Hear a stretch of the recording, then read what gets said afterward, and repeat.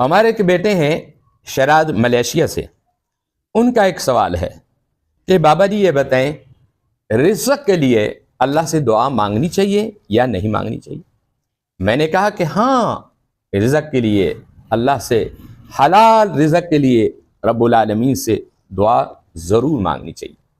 اور جب مولا کائنات سے پوچھا تو حضرت علی مرتضیٰ کہتے ہیں کہ اللہ کا دروازہ بجاتے رہو، اس کا دروازہ بجاتے رہو، وہ کسی وقت بھی کھل سکتا ہے۔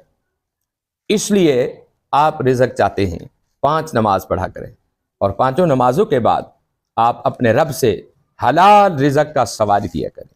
یہ رسول اللہ کی سنت ہے، اور دعا بھی ہے۔ رسول پاک نے مولا علی کو ایک دعا سکھائی، اللہم اغننی بحلالک عن حرامک واغننی بفضلک عمن سواک۔ یہ دعا رسول اللہ نے مولا علی کو سکھائی کہ تم یہ دعا پڑھا کرو، مولا تمہیں رزق عطا فرمائے۔